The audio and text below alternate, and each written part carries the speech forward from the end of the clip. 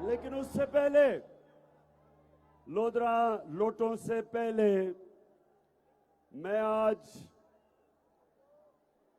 अपनी कौम की तवज्जो कराची के ऊपर देना लगा हूं। कराची हमारा मुल्क का वो शहर है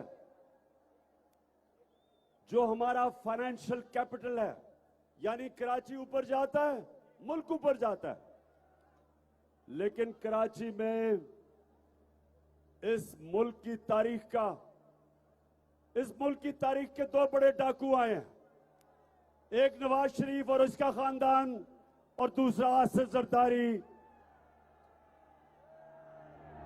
तो ये जो मुल्क का डाकू पिछले 14 साल से कराची पे बैठा हुआ है, 14 साल से कराची खंडर बन गया है। जब भी बारिश होती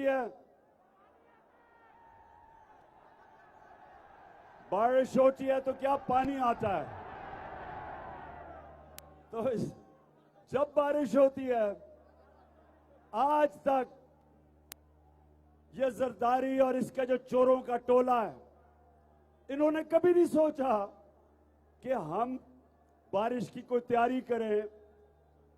जिस तरह पंजाब, ये जरा सुनो लोधरा, बड़ा बुरा भला कहा गया उस्मान बुजदार को, लेकिन अभी लाहौर में भी बारिश हुई है।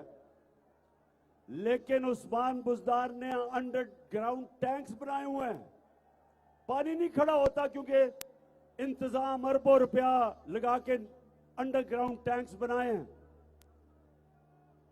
पानी को बचा रहे हैं। जब पानी नहीं होगा तो इस पानी को इस्तेमाल करेंगे पौधों के लिए। और उधर कराची में 14 साल से ये डाकू बैठा हुआ है जरदारी, और कराची का पैसा चोरी होके और सिंध का वो जाता है दुबई, वो हवाला हुंडी से बाहर जाता है। कराची जिसको सारी मुल्क को उठा देना चाहिए, उसके हालात आज देख लें। और कभी भी जब तक ये डाकू वहां बैठा हुआ है, कराची आगे नहीं बढ़, सिंध आगे नहीं बढ़ने लगा। सिंध के नाम पे सियासत और चोरी करके पैसा मुल्क से बाहर, इसके सारे केस तैयार थे। सुनो लोधरा, इसके सारे केस तैयार हुए थे, इसके और वो मुराद अली शाह और इसके खानदान के। लेकिन कौन सी ताकत थी इस मुल्क में जो इसको सजा नहीं दिलवा सकी, जो रोकती थी इसको सजा देने से? कौन थे? बस जो भी ताकत थी, मैं आपको यकीन दिलाता हूं कि मैंने पूरी कोशिश की कि इन चोरों को, इनका एहतसाब किया जाए, इनको सजा दी जाए। लेकिन ये फिर मैं कभी बताऊंगा कि जिनके पास ताकत थी, मुझे अफसोस से कहना पड़ता है कि वो चोरी को इतना बुरा नहीं समझते थे। जिस तरह इनका एक रस्तू है नून लीग का, एहसन इकबाल, वो कहता करप्शन होती है, यानी कहता मुल्क तरक्की कर जाता है करप्शन के बावजूद, यानी कि ये वो कह रहा है। लोधरा सुनो जरा, हमारे अल्लाह का हुक्म है अमर बिल मारूफ, हक और सच के साथ खड़े हो, बुराई के खिलाफ खड़े हो। और ये चोर हमें कह रहे हैं कि बुराई कोई बुरी चीज नहीं होती, चोरी बुरी चीज नहीं है।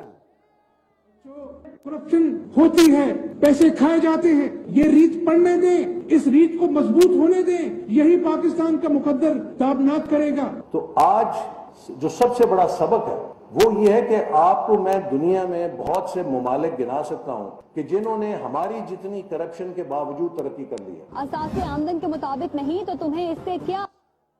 सुन लिया, एक पंजाब का चीफ मिनिस्टर जाली, गैर कानूनी वो वहां बैठा हुआ है जिसका नाम हमजा कुकड़ी, वो बैठा हुआ है। वो कहता है बच्चों, ये स्कूल के बच्चों को सबक दे रहा है कि बच्चों चोरी कोई बुरी चीज नहीं है, और इनका रस्तू कह रहा है कि मुल्क तरक्की कर जाते हैं करप्शन के बावजूद। शर्म करो।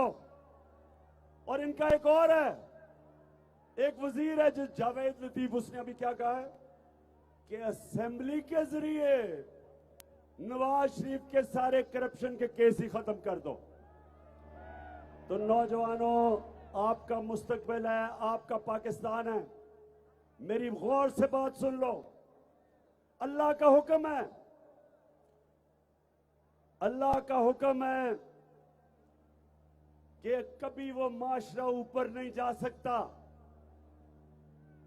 जो अच्छाई राय हक के साथ खड़ा होता है, अमर बिल मारूफ, और बदी के खिलाफ जहाद लड़ता है, बुराई के खिलाफ। अल्लाह ने लोधरा, अल्लाह ने हमें इजाजत नहीं दी न्यूट्रल बनने की। या अच्छाई के साथ खड़े हो या बुराई के साथ, न्यूट्रल आप नहीं बन सकते। कौम को, सारी कौम को तैयारी करनी चाहिए। ये फैसला कुन वक्त है। ये जो आपका इलेक्शन है, ये जो 17 तारीख को इलेक्शन है, ये इलेक्शन नहीं है, ये जहाद है। ये इस मुल्क की हकीकी आजादी की जद्दोजहद है। ये जो चोर हमारे ऊपर मुसल्लत किए गए, अमेरिका ने साजिश करके यहां के मीर जाफर और मीर सादिक के साथ मिलके इन चोरों को हमारे ऊपर मुसल्लत किया। और ये चोर क्या कह रहे थे जब मेरी हुकूमत थी कि जी बहुत ज्यादा महंगाई है पाकिस्तान में, महंगाई इतनी है कि इमरान खान को हटा दिया जाए। महंगाई के ऊपर इन्होंने सारा वक्त कैंपेन की, और जैसे ही ये चोर इख्तिदार में आए, महंगाई को तो भूल गए, और आते साथ ही इन्होंने अपने करप्शन के केस खत्म किए। 1100 अरब रुपए की इन्होंने अपनी चोरी, जो इन्होंने 10 साल में मिलकर चोरी की थी जरदारी ने और शरीफ खानदान ने, आते साथ ही 1100 अरब रुपए अपने माफ करवाए। इससे बड़ा डाका कभी पाकिस्तान पे पड़ा ही नहीं है। आपका पैसा था लोधरा, ये आपका पैसा था। 1100 अरब रुपया आपका पैसा था। ये जो इन्होंने आते साथ ही नैब की अमेंडमेंट करके अपने आप को एनआरओ दिया, और फिर आपने शायद वो सोशल मीडिया पे देखा होगा, एहसन इकबाल मैकडॉनल्ड खाने गया था।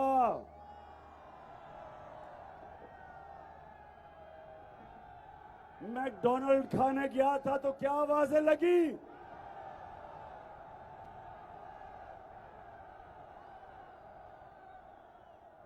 कहता है कि इमरान खान ने लोगों को ये बदतमीजी सिखा दी है। और एहसन इकबाल झूठे अरस्तों, ये बदतमीजी नहीं है, हकीकत है। तुम चोर हो। तुम्हारा जो जिसके कदमों में आप गिरते हो, क्योंकि शाही खानदान है शरीफों का, आप सब उनके दरबारी हो।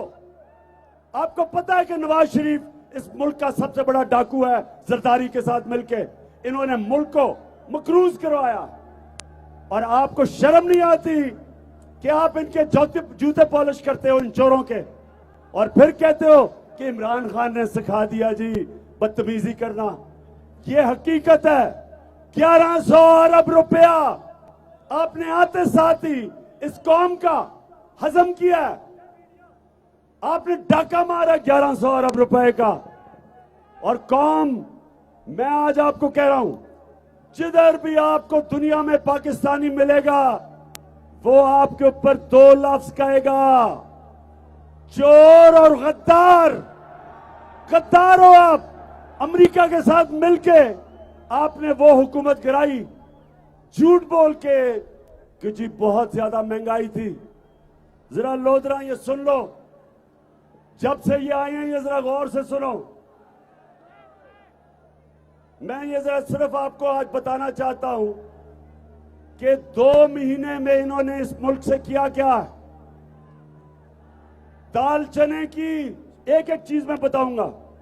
21% कीमत बढ़ी दाल चने की। मसरूर की दाल 30% बढ़ी। माश की दाल 13%। प्याज जो हर आदमी बेचारा गरीब आदमी रोटी के साथ खाता है 100% बढ़ गया, यानी दुगनी कीमत। आलू 35% बढ़ गया। और अंडे, ये जरा सुनो अंडे, क्योंकि ये हमजा कुकड़ी की बिजनेस अंडे हैं और मुर्गियां, तो हमजा कुकड़ी ने अंडे की कीमत 36% बढ़ा दी है। और हमजा कुकड़ी ने कुकड़ियों की कीमत 100% बढ़ा दी। अब ये कुर्बानी में थोड़ी नीचे आई है, लेकिन दुगनी कर दी थी। उसके बाद घी 22%, ये याद रखे, ये आम आदमी इस्तेमाल करता है। 22%। पेट्रोल 100 रुपया लीटर इसने 2 महीने में बढ़ाया है। 100 रुपया लीटर।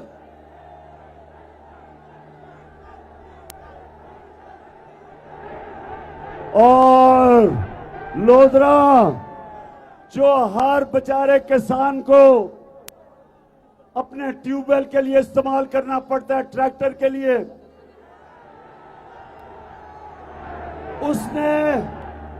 उसकी कीमत,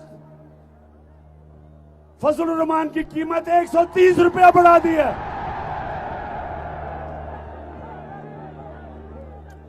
तो सुन ले, फजलुर रहमान जो इनके साथ मिला हुआ है, 3 स्टूडेंट्स, तीसरा ये है, हर गवर्नमेंट के साथ फिट इन हो जाता था। हमारी पहली असेंबली थी जो डीजल के बगैर चली।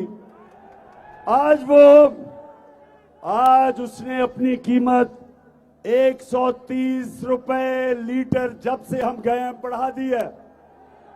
पूछो किसानों से, जनरेटर्स वो डीजल पे चलते हैं, ट्रैक्टर पूछे, ट्यूबवेल। आज जरा किसानों मैं ये पूछना चाहता हूं, क्योंकि यहां तो लोधरा में ज्यादातर आप किसान हो, मुझे ये बताएं कि हमारे जमाने में जो कपास थी, कॉटन थी, वो 14,000 थी, आज वो नीचे आ गई है 6,000 पे। हमारे जमाने में गन्ने पे हमने कानून बनाया था कि जो भी किसान है जो गन्ने पे, जो शुगर माफिया उन पे जुल्म करता था, उनको कटौती करता था, उनको कीमत नहीं देता था। 180 रुपया कीमत तो 120 रुपए में बेचारा सारा साल मेहनत करके किसान 120 रुपए देता था, कटौती हो जाती थी बीच में। और फिर 6-6 महीने, 1 साल उस बेचारे किसान को पैसे नहीं मिलते थे। हमने बदला, हमने आते साथ ही कानून बनाया कि फौरी तौर पे किसान को पैसा दिया जाएगा। मेहनत कश को मेरे नबी सल्लल्लाहु अलैहि वसल्लम का हुक्म है कि उसका पसीना भी ना सूखे तो उसको पैसे दो। हमने पैसे दिलवाए अपने किसान को, कानून बनाया कि आपको फौरी पैसे देने पड़ेंगे किसान को, और उसको पूरा पैसा दिलवाया। और जब से ये आया है चेरी ब्लॉसम, जूते पॉलिश करने वाला शहबाज शरीफ का कमाल ये है कि वो गोरा देख लेता है तो वो बस उसके पैरों में गिर जाता है। बर्तानिया के एम्बेसडर में मुंह में केक खिला रहे हैं उसको। शर्म करो शहबाज शरीफ, शर्म करो। प्राइम मिनिस्टर, एक एम्बेसडर उसका गोरा रंग देख के तो मुंह में केक डाल रहा है उसके, और जब भी बूट नजर आते हैं फौरी चोल पॉलिश शुरू हो जाती है वहां। तो ये शहबाज शरीफ, क्योंकि इनकी शुगर मिल्स हैं, अब फिर वापस किसान को पूरी कीमत नहीं मिल रही, और फिर 6-6 महीने उन बेचारों को इंतजार करनी पड़ती है पैसे की। तो किसानों, मैं ये आपको इसलिए चीजें बता रहा हूं कि ये आज मैं आपके पास आया इसलिए हूं लोधरा, ये आपने जहाज समझना है। 17 तारीख को इलेक्शन नहीं है, ये हकीकी आजादी की जंग है। आपने घर घर जाना है, सबने, आपने डोर टू डोर जाना है, आपने लोगों को बताना है, जगाना है कि ये जो बैरूनी अमरीकी साजिश के तहत डाकुओं को हमारे ऊपर बैठा दिया है, जो पैसा बनाने आते साथ ही 1100 अरब रुपए का इस मुल्क पे डाका मारा उन्होंने, महंगाई आसमानों पे। आप ये सुने, बिजली हमारे जमाने में 16 रुपए यूनिट थी, हमने 5 रुपए सब्सिडी दी, उसको कम किया। आज बिजली 32 से 36 रुपए यूनिट है। अभी आपको बिल आएंगे, आपको पता चलेगा कि बिजली की कीमत इन्होंने जो की है, कितने लोग गुजारा कर सकते हैं उसमें। उसके बाद गैस 45% इन्होंने बढ़ा दी है, लेकिन जो आम लोग हैं उनके लिए 400% निचले तबके के लिए गैस बढ़ा दी है इन्होंने। ये भी अभी लोगों को आहिस्ता आहिस्ता पता चलेगा कि इन्होंने किया क्या इस मुल्क के साथ। और जो कुकड़ी की कीमत थी वो 300 रुपए थी, 600 रुपए पे पहुंच गई थी, अभी कुर्बान में थोड़ी नीचे आई है। तो मेरे लोधरा के नौजवानों और बुजुर्गों,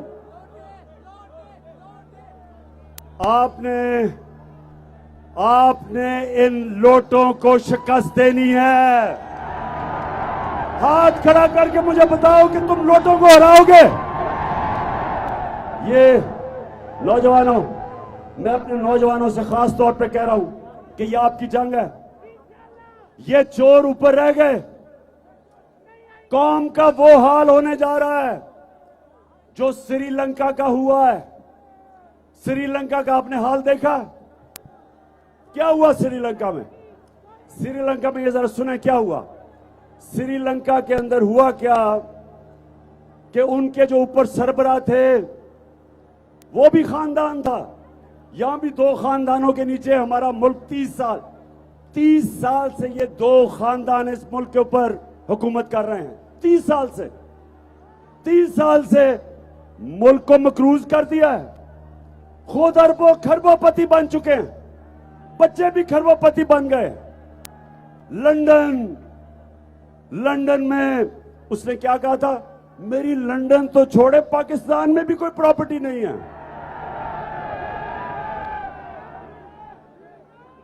अच्छा एक मिनट मैं जरा शहबाज शरीफ का एक क्लिप आपको दिखाना चाहता हूं, ये जरा सुने।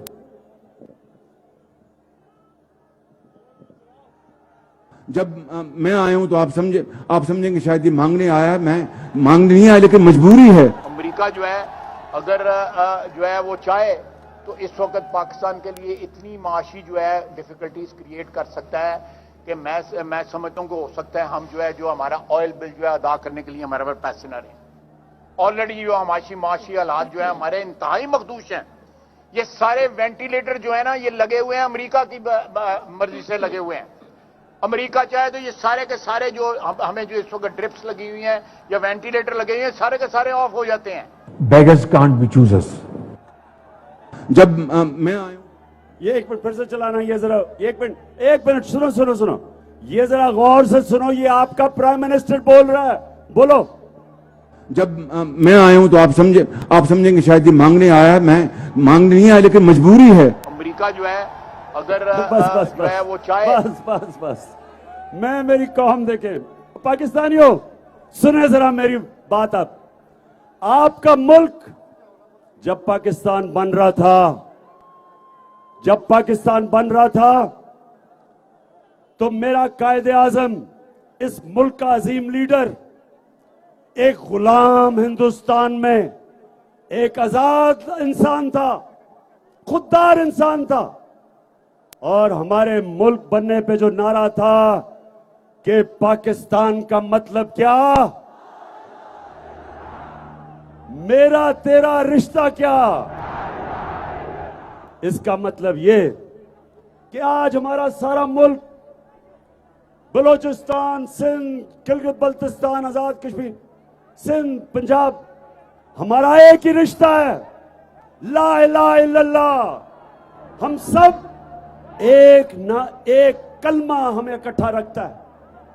इसकी वजह से हमारी जुबानें भी मुख्तलिफ हैं, कोई सिंधी बोलता है, कोई पश्तो बोलता है, कोई बलोच, हमारी सारे पंजाबी बोलता है, कोई, हम सब मुख्तलिफ हैं, लेकिन हमारा रिश्ता एक है, ला इलाहा इल्लल्लाह। अब ये जो चेरी ब्लॉसम ने बात की कि जी मैं भीख तो नहीं मांगने आया, और दूसरा कहता है जी हम तो अमेरिका ने अगर चाहे तो हम मारी जाएंगे। बेशरम लोगों, शर्म करो। एक अजीम मुल्क के कीदर लीडर हो, बेशरम लीडर हो, भिखारी हो तुम। कहता अगर हम अगर भीख नहीं मांगे, कहता अगर हम अमेरिका की इसलिए गुलामी कर रहे हैं कि हम भिखारी हैं। शहबाज शरीफ, तुम और तुम्हारा भाई और ये जरदारी भिखारी है। ये कौम गैरतमंद कौम है, कौम ला इलाहा इल्लल्लाह का दावा करने वाली कौम है। हम स्वाय अल्लाह के किसी के सामने नहीं झुकते। हमें तो हमारे कलमा ने आजाद कर दिया है। हमें तो ला इलाहा इल्लल्लाह ने, हमें तो उसने आजाद कर दिया है। उसने हमारी गुलामी की जंजीरें तोड़ दी हैं। यह मुल्क आजाद क्यों हुआ था? क्योंकि कायदे आजम और अल्लामा इकबाल, उन्होंने कहा कि अंग्रेज की गुलामी के बाद हम हिंदुओं की गुलामी में नहीं जाना चाहते, इसलिए पाकिस्तान बना था। और अगर हमने उसके बाद आज अमेरिका के बूट पॉलिश करने हैं, इससे बेहतर है कि पाकिस्तान ना बनता। मैं किसी के सामने अल्लाह के शुक्र, क्योंकि उसने ला इलाहा इल्लल्लाह मेरे दिल में डाला है, ना मैं कभी आज तक किसी के सामने झुका हूं। और पाकिस्तानियों, मैं ना आपको किसी के सामने झुकने दूंगा। हमारा मुकाबला, सुन ले जरा, हमारा मुकाबला इन चोरों के साथ है। ये पैसे चला रहे हैं, इनसे पैसे ले लो, वोट बल्ला पे डालना, इन चोरों के साथ है।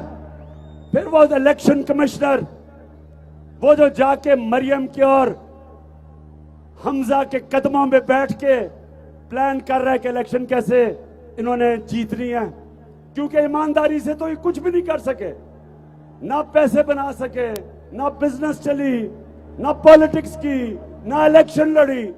और जब नवाज शरीफ क्रिकेट खेलता था बागे जिना में, तो अपना पैर खड़ा करके करता था।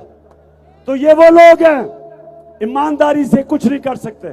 इलेक्शन कमीशन को भी साथ में लाया हुआ है, पैसे दे रहे हैं लोगों को। और वो जो मिस्टर एक्स बैठा हुआ है लाहौर में, वो कौन है मिस्टर एक्स? सबको पता है वो मिस्टर एक्स कौन है। वो बैठ के इनके साथ तैयारी कर रहा है।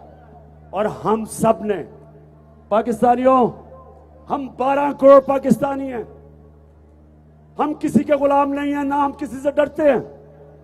हम सब ने, इसके बावजूद कि इन्होंने पूरी कोशिश करनी है इलेक्शन में धांधली करने की, हमने इसके बावजूद इनको फेंटा लगाना है, इनको हराना है। और आपने सबको मैं जिम्मेदारी दे रहा हूं, नौजवानों, मैं सबको जिम्मेदारी दे रहा हूं कि ये आपके मुस्तकबिल की जंग है। आपने पहरा देना है पोलिंग स्टेशंस पे। मेरे जो 2 मेरे जो दो टाइगर लड़ रहे हैं इलेक्शन, एक अमीर और एक कैप्टन इज्जत, अब से लेके पोलिंग डे तक आपने घर घर जाके लोगों को सिर्फ एक चीज बतानी है कि ये आपकी हकीकी आजादी की जंग है, इलेक्शन नहीं है। अपनी बहनों को, मेरी जो बहनें सामने खड़ी हैं, आपको जिम्मेदारी दे रहा हूं। आपने घर घर जाना है, नौजवानों ने जाना है, बच्चों ने जाना है, और इंशाअल्लाह जिस तरह पाकिस्तान और हिंदुस्तान की तारीख में, क्रिकेट की तारीख में वाहिद कप्तान हूं, अल्लाह का करम है, जिसने हिंदुस्तान जाके उनके अंपायर होते हुए वाहिद कप्तान हूं, हिंदुस्तान के पैरों के बावजूद उनको हरा के आया था। इसी तरह अब इनको हमने हराना है। तो नौजवानों, आप सब तैयार हो? हाथ खड़कर बताओ, तैयार हो आप सब? उधर भी तैयार हो? ये जंग आपकी है, और इंशाअल्लाह जब ये इलेक्शन हो जाएगा तो लोधरा में आपके पास आके और इंशाअल्लाह हम यहां अल्लाह का शुक्र अदा करेंगे। बहुत मेहरबानी। पाकिस्तान जिंदाबाद। इंशाअल्लाह इंशाअल्लाह इंशाअल्लाह।